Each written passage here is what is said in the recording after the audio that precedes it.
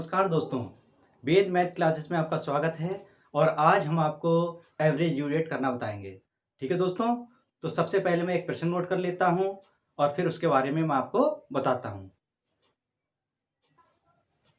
दोस्तों, मैंने यहाँ प्रश्न नोट किया हुआ है और ये एवरेज ड्यू डेट जो होता है, औसत भुगतान तिथि, ये हमारे 11वीं क्लास में पूछा जाता है। और ये बहुत ही सिंपल क्वेश्चन होता है। मैं आपको करके दिखाता हूँ। पहले मैं इसका फॉर्मेट बताता हूँ और ये किस तरह से सॉल्व होगा। तो सबसे पहले मैं इसका फॉर्मेट बना लेता हूं।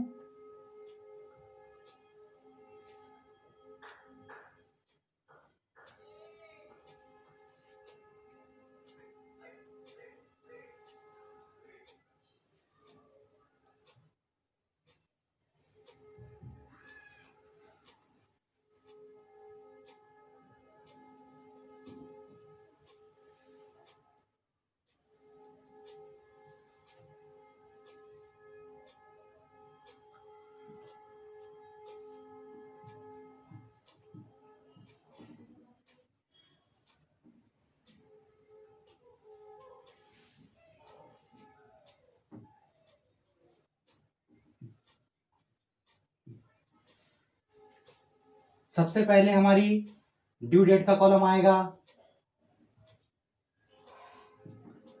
फिर हमारा अमाउंट का कॉलम आएगा, फिर डेज का कॉलम आएगा, फिर हमारा प्रोडक्ट का कॉलम आएगा और फिर हमारा पीरियड का कॉलम।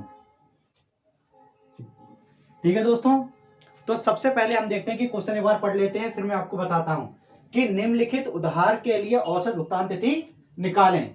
1 जनवरी को 500 रुपए, 18 जनवरी को 1500 रुपए, 11 मार्च को 700 रुपए, 3 मई को 1100 और 30 जून को 1800 रुपए।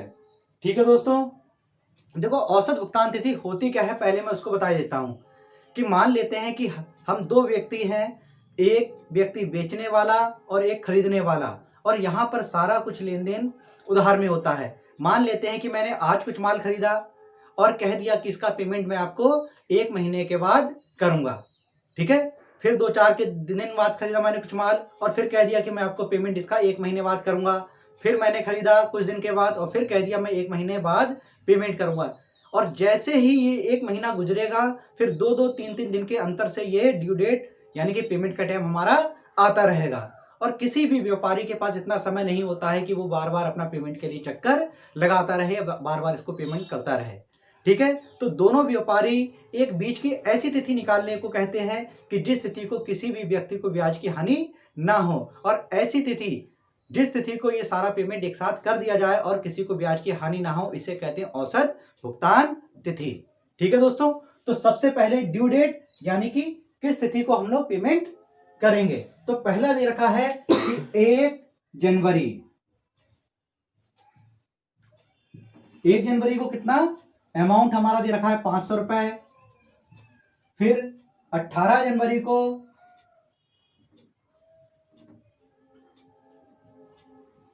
1500 रुपए और फिर जो 11 मार्च को हमारा दिया है 700 रुपए,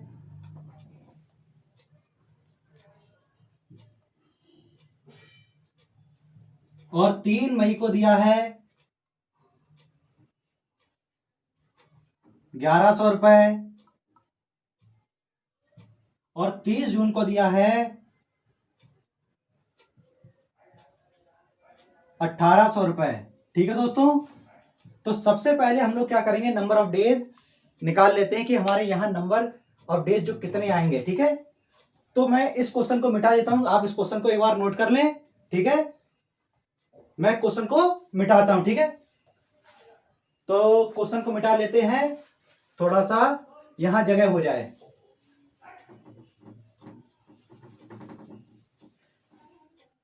तो सबसे पहले देखो दोस्तों कि यहां जो पहला दिन है यानी कि जो पहली डेट दे रखी है 1 जनवरी, ये प्रस्थान बिंदु कहलाता है, इसको हमेशा ही 0 मानते हैं। अब हम लोग क्या करेंगे कि 1 जनवरी से 18 जनवरी तक के दिन गिन लेते हैं। मतलब 1 जनवरी को तो हमने 0 माना, और कहां से हमको दिन गिनना है, 2 जनवरी से 18 जनवरी तक। तो देखो लिख के दिखाता हूं मैं, यानी कि पहले हमने लिखा कि 0 बराबर 0। इस 0 को मैं नीचे लेके आता हूं और इसमें वह दिन ऐड करता हूं जो इनका अंतर है। मतलब 2 जनवरी से 18 जनवरी तक कितने दिन होते हैं? 17 दिन। मैंने 17 दिन लिख लिए और 0 में अगर मैं 17 जोड़ता हूं तो मेरे कितने दिन हो जाते हैं? टोटल 17 दिन। ठीक है दोस्तों, तो मैंने यहां 17 लिख दिया। अब मुझे क्या करना है? इस 18 मार्च तक तो मैं गिन चुका हूं और ये 19 मार्च से ठीक है, 19 जनवरी से 11 मार्च तक के मैं दिन गिनता हूं। ठीक है, तो सबसे पहले मैं यहां 17 उतार के लाऊंगा नीचे और देखते हैं कि जनवरी में हमने कितने दिन बकाया बचे हैं। ठीक है दोस्तों, तो 19 से मैं इसको गिनता हूं क्योंकि 18 को तो मैं गिन चुका।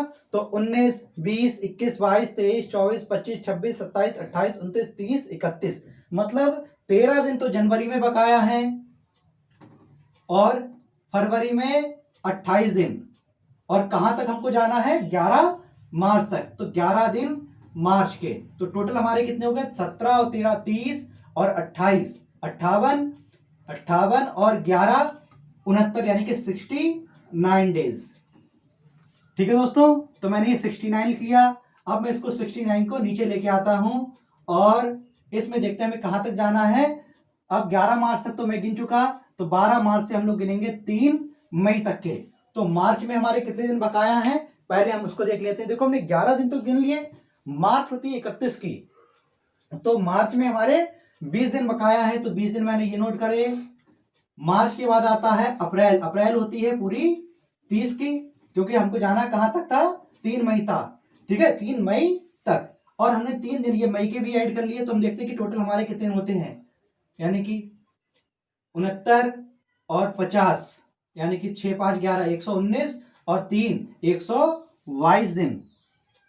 ठीक है दोस्तों, अब मैं क्या करूंगा कि ये 122 से नीचे उतार के लाता हूं। ठीक है, अब हमको कहां तक गिनना है? 4 मई से 30 जून तक, यानी कि मई के बाद क्या आएगा? जून।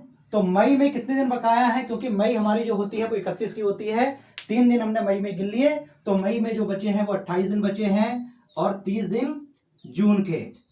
ठीक है दोस्तों, तो इनको भी मैं जोड़ लेता हूं। 122 और 28, यानी 150, और 150 और 30 180 दिन। ठीक है दोस्तों, तो मैंने ये दिन निकाल लिए। अब मैं क्या करूंगा कि इस रकम की, यानी कि अमाउंट की नंबर ऑफ डेज के साथ मैं गुणा करूंगा। तो 500 की गुणा मैंने 0 से की, तो हमारा 0 आएगा। अब 1500 की गुणा मैं 17 से करता हूं, तो देखते हैं कि हमारी कितनी आती है। ठीक है दोस्तों, तो हमारा 25,500 रुपए आ जाएगा।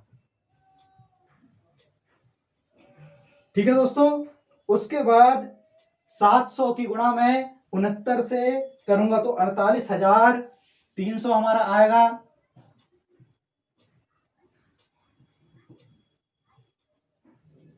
ठीक है दोस्तों, इसके बाद मैं 122 की गुणा 11 से करता हूं, 1100 से, तो हमारा 1,34,200। ठीक है दोस्तों, अब 1800 की गुणा हम 180 से कर लेते हैं, तो 3,24,000। अब हमको करना क्या है? ये अमाउंट का टोटल हमको लगा लेना है और ये जो प्रोडक्ट का टोटल जो है इसको लगा लेना है। ठीक है दोस्तों, तो सबसे पहले मैं अमाउंट को जोड़ लेता हूं कि देखते हैं कि अमाउंट हमारी कितनी आती है। तो जब मैं इसको जोड़ूंगा तो ये आएगी हमारी 5,600 रुपए। ठीक है दोस्तों, और ये प्रोडक्ट का जो टोटल है इसको भी मैं ऐड कर लेता हूं। ठीक है, तो जब इसको मैं ऐड करूंगा तो ये मेरा 5,32,000 आ जाएगा।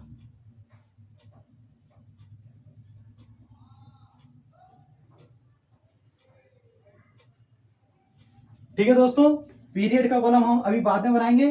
पहले देखते हैं कि हमारा एवरेज ड्यू डेट कितना निकल के आता है। तो सबसे पहले मैं एवरेज ड्यू डेट का फॉर्मूला लिखता हूं। तो ठीक है, तो सबसे पहले हम लोग निकालेंगे यहां पर नंबर ऑफ डेज बराबर होता है हमारा कि टोटल प्रोडक्ट अमाउंट, ठीक है दोस्तों, और बटे में टोटल अमाउंट। देखो टोटल प्रोडक्ट अमाउंट है हमारा 5,32,000 और टोटल अमाउंट जो रखा है वो 5600 रुपए, यानी कि 5,32,000 और बटे में 5600 रुपए। तो हमने क्या करा, 2 जीरो से तो 2 जीरो काट दिए और 5320 को 56 से भाग करेंगे तो हमारा, जब हम इसको भाग करेंगे तो ये हमारा 95 डेज निकल के आएगा। ठीक है दोस्तों, अब हमको क्या करना है कि औसत भुगतान तिथि निकालेंगे, यानी कि एवरेज ड्यू डेट। तो एवरेज ड्यू डेट कब आएगी कि 1 जनवरी से 95 दिन के बाद। ठीक है दोस्तों, तो 1 जनवरी से 95 दिन के बाद, यानी कि जहां भी हमारे 95 दिन खत्म होंगे और 96 दिन जो होगा वो हमारी औसत भुगतान तिथि कहलाएगी।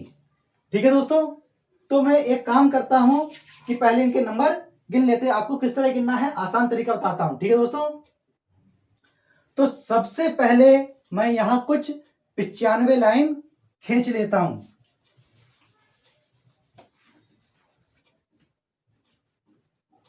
ठीक है दोस्तों, मैं इस तरह करके 95 लाइन खींचता हूं, यानी कि 1 2 3 4 5 6 7 8 9 10 11 12 13 14 15 16 17 18 19 20 21 22 23 24 25 26 27 28 29 30 31 32 33 34 35 36 37 38 39 40 41 42 43 44 45 46 47 48 49 50 51 52 53 54 55 56 57 58 59 60 61 62 63 64 65 66 67 68 69 70 71 72 73 74 75 76 77 78 80 81 82 83 84 85 86 87 88 89 90 91 92 93 94 95। ठीक है दोस्तों, तो मैं आपको दिखाता हूं बहुत ही आसान तरीका।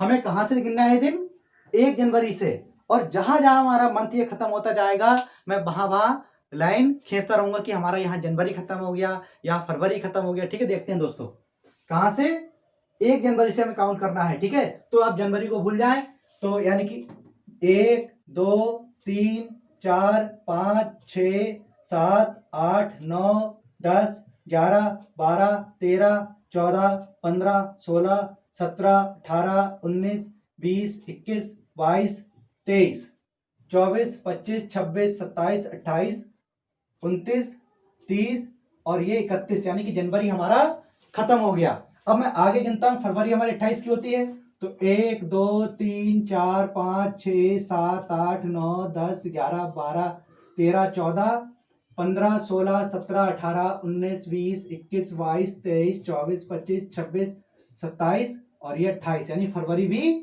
खत्म। अब मार्च स्टार्ट हो जाएगी, तो फिर से एक से गिनते हैं, 1 2 3 4 5 6 7 8 9 10 11 12 13 14 15 16 17 18 19 20 21 22 23 24 25 26 27 28 29 30 और ये 31, मार्च भी खत्म।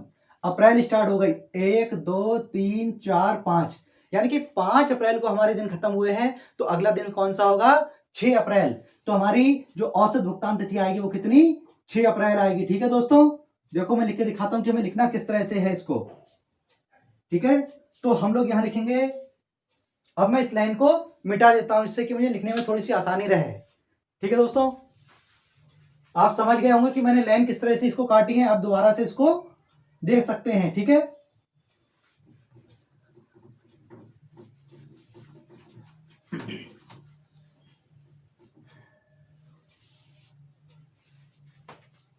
तो हम लिखेंगे कि average due date after 95 days, so the average due date will be, कितनी निकाली थी हमने, 6 अप्रैल, तो हमने यह लिख दिया कि 6 अप्रैल। ठीक है दोस्तों, इसको आप चाहें तो अलग से भी नोट कर सकते हैं कि एवरेज ड्यू डेट 6 अप्रैल।